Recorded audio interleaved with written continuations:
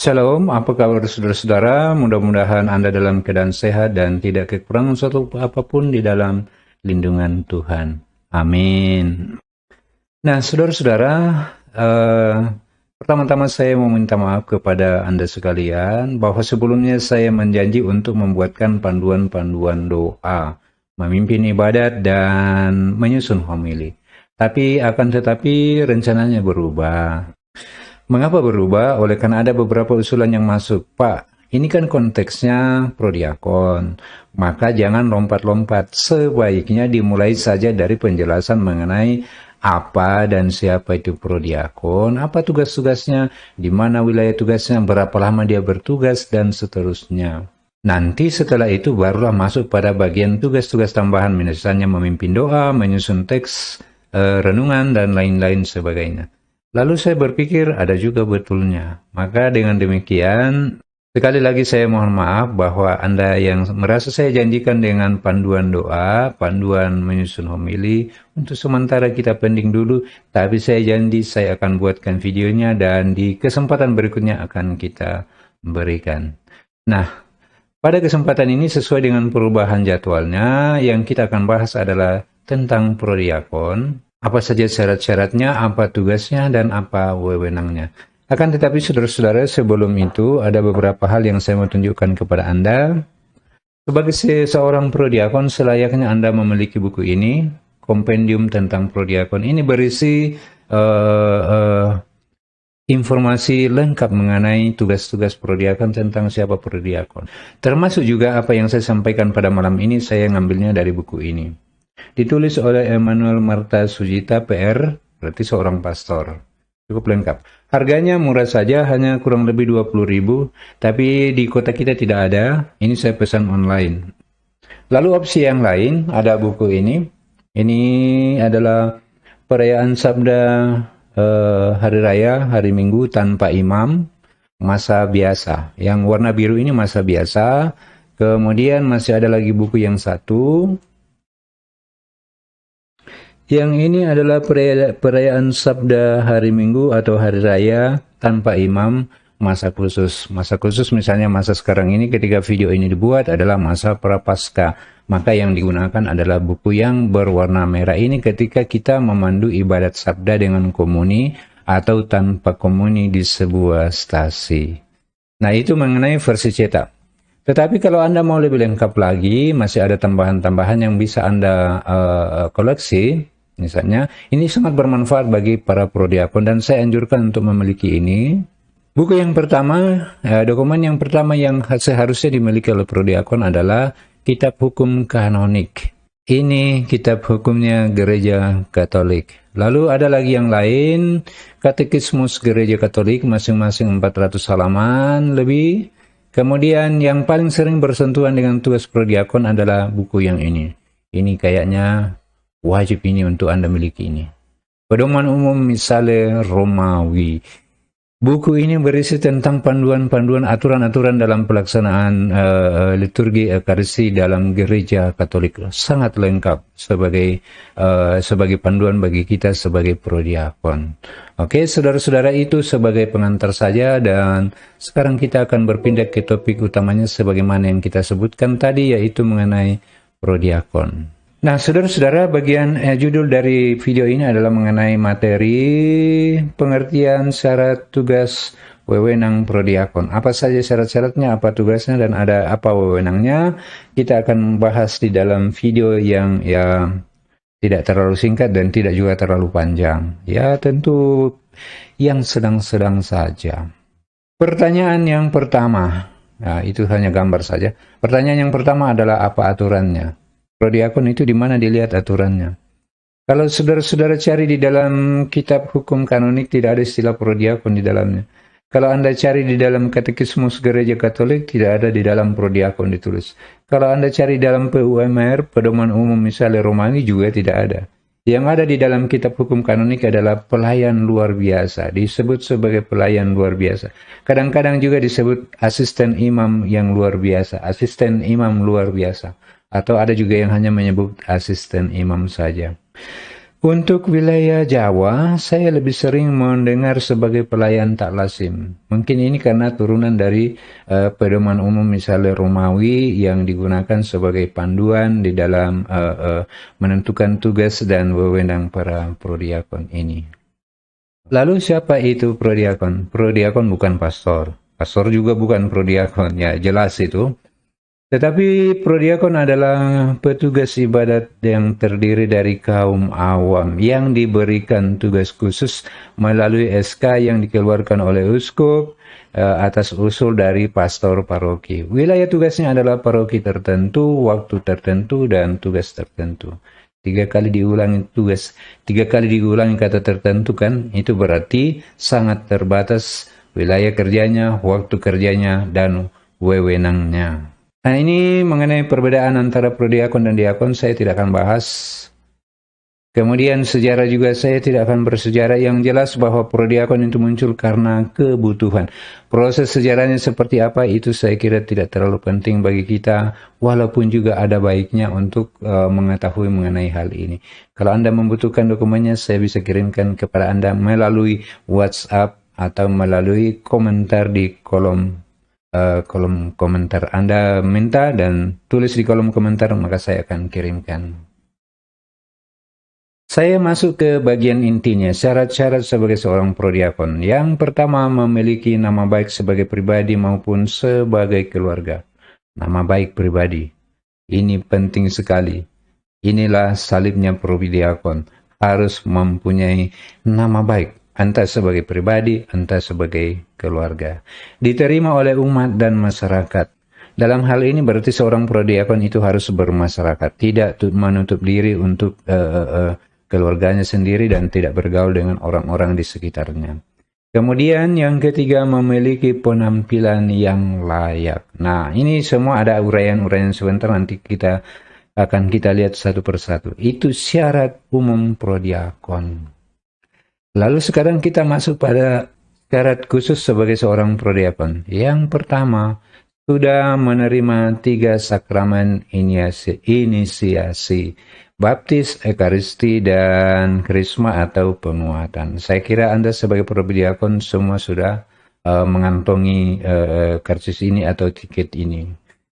Aktif dalam perayaan Ekaristi dan ibadat lingkungan.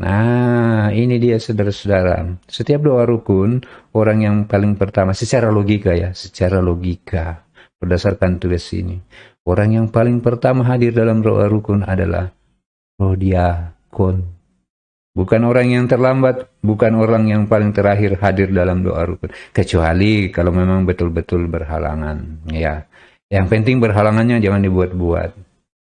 Memiliki semangat dan kepedulian untuk terlibat dalam pelayanan di gereja. Nah, saudara-saudara begini, kan ada prodiakon sekaligus sebagai ketua rukun. Nah, ketua rukun itu kan sering ada rapat-rapat di paroki. Nah, oleh karena itu, ketua rukun, prodiakon, itu adalah orang yang sangat aktif dalam pertemuan-pertemuan di paroki. Kalau perlu, ketua rukun yang sekaligus prodiakon, dia yang pertama hadir pada waktu akan rapat di paroki. Memiliki semangat kepedulian untuk terlibat dalam pelayanan di gereja. Syarat khusus ya. Dan itu dibuktikan dengan berbagai tugas yang dia emban di dalam kehidupan di rukun dan dalam kehidupan di paroki. Memiliki kemampuan dan komitmen untuk bekerja sama. Nah, ini penting saudara-saudara. Persoalannya begini. Ada banyak orang yang mau bekerja sama, tetapi sedikit yang mau bekerja bersama-sama. Maksudnya begini, ketika rapat, banyak sekali bicaranya. Luar biasa kata-katanya ke sana kemari. Tetapi pada waktu sudah bekerja, hanya beberapa orang saja yang hadir. Nah, ini dia, komitmen untuk bekerja sama. Mempunyai nama baik di tengah umat dan masyarakat. Nanti akan kita lihat uraiannya. Mari kita lanjutkan. Nah, ini penjelasan dari poin yang pertama, memiliki nama baik. Seorang yang beriman dan peri kehidupannya baik. Tentu seorang yang beriman dilegitimasi dengan 3 sakramen tadi kan, itu sudah jelas. Itu berarti dia seorang beriman. Itu berarti bahwa dia rajin ke gereja. Itu berarti bahwa dia rajin ikut doa-doa di dalam setiap pertemuan doa di rukun atau di lingkungan. Nah, itu seperti itu maksudnya. Bila seorang bapak, dia adalah bapak yang baik, bukan bapak yang pemarah, bukan bapak yang pemabuk, bukan bapak yang penjudi. Nah, seperti itu. Lalu bila dia seorang ibu, dia adalah seorang ibu yang baik. Karena sekarang kan prodiakonnya juga ibu-ibu juga sudah menjadi prodiakon. Maka jadi ibu yang baik di dalam rumah tangganya. Jangan sampai karena tugas-tugas prodiakon lalu tanggung jawab sebagai ibu rumah tangga, sebagai bapak kepala keluarga itu menjadi dilalaikan. Jadi seimbang. Yang ketiga, terpandang dalam iman dan peri kehidupannya. Maksudnya begini. Selain dikenal karena dia orang yang beriman, di dalam kehidupan bermasyarakat, bersosial juga dia terpandang. Rajin, bekerja, bertanggung jawab kepada keluarganya. Tidak akan pernah terjadi seorang prodiakon itu bermalas-malasan, tidak bertanggung jawab terhadap kesejahteraan keluarganya. Tapi di sini tidak ada ya prodiakon yang seperti itu. Bila calon prodiakon masih merasa dangkal dalam iman dan pengetahuan, maka itu tidak ada masalah. Apa yang kita lakukan pada kesempatan ini adalah proses belajar menjadi prodiakon yang lebih baik dalam pengetahuan dan keterampilan. Itu bisa sambil belajar, sambil menjadi prodiakon. Saya juga dulu ketika menerima tugas ini, pengetahuan saya sangat-sangat terbatas mengenai prodiakon. Selanjutnya, seorang prodiakon diterima oleh umat, artinya ini lagi salibnya para prodiakon. Moralnya baik, bukan moral yang tidak berkenan di hati masyarakat. Wataknya baik, karakternya baik. Sekali lagi, bukan karakter pemarah, bukan karakter pemalas, bukan karakter pemabuk, bukan karakter penjudi, bukan karakter baca-baca, dukun-dukun. Nah, itu prodiakon. Moralnya baik, bijaksana dan menjadi penengah bila terjadi perselisihan, bukan malah menjadi pembawa masalah di antara umat di dalam rukun atau dalam lingkungan. Memiliki kemampuan yang memadai, kemampuan mengatasi masalah, kemampuan berkomunikasi di dalam hubungannya dengan masyarakat, dan kemampuan-kemampuan yang lain yang dibutuhkan dalam rangka menunjang kepribadiannya sebagai seorang prodiakon.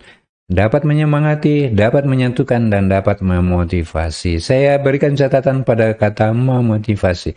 Seorang prodiakon adalah seorang yang bersemangat, energik kelihatan, bukan prodiakon yang loyo. Sebagai seorang yang harus memotivasi umatnya, maka prodiakon itu sendiri harus mempunyai motivasi. Jangan sampai justru prodiakon yang selalu pesimis, selalu apatis terhadap segala sesuatu yang terjadi di parokinya. Memiliki dedikasi dan komitmen yang tinggi. Komitmen yang tinggi.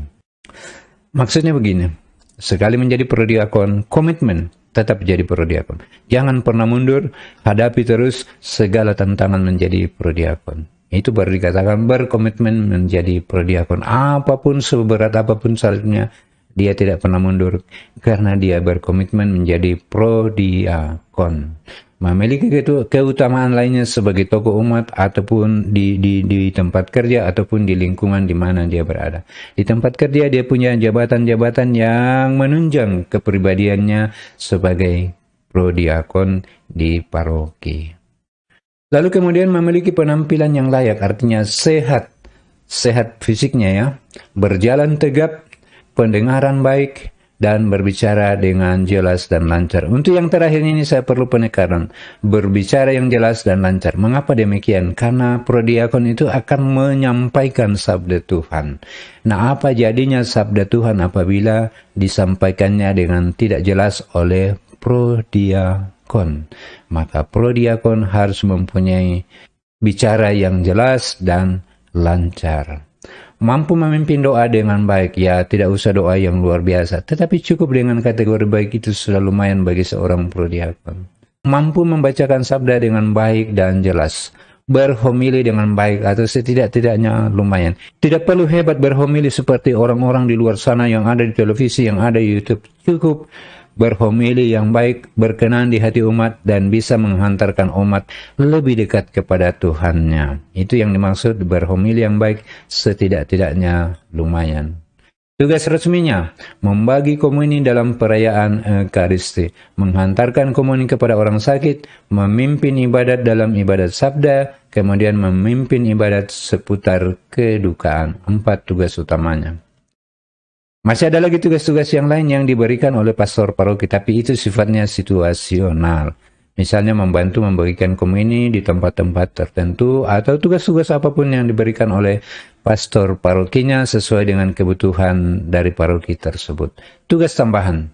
Dalam situasi tertentu, kalau tidak ada lektor, tidak ada putra-putri altar, pastor dapat meminta prodiakon untuk menjadi putra-putri altar. Jadi saudara-saudara yang prodiakon, siap-siaplah untuk menjadi putra-putri altar.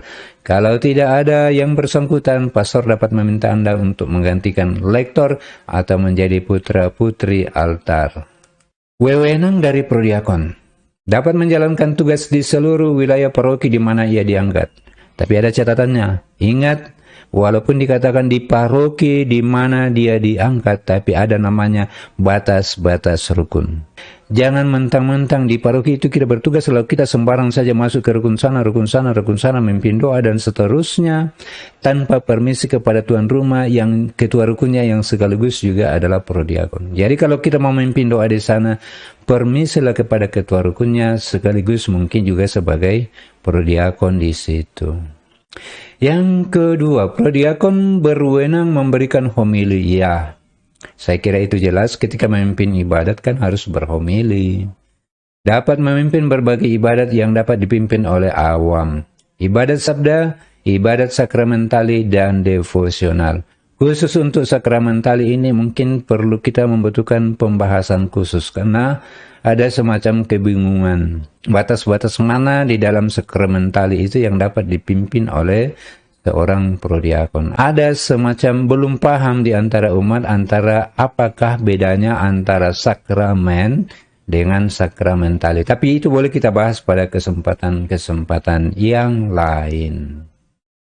Oke saudara-saudara, videonya singkat saja karena materinya juga singkat. Ini hanya bagian pengantar dari seorang prodiakon. Materi yang akan kita bahas selanjutnya adalah tentang perlengkapan kerja, perlengkapan dan peralatan seorang prodiakon ketika sedang menjalankan tugasnya. Terima kasih Anda sudah menonton video ini dan Tuhan Yesus memberkati kita sekalian. Amin.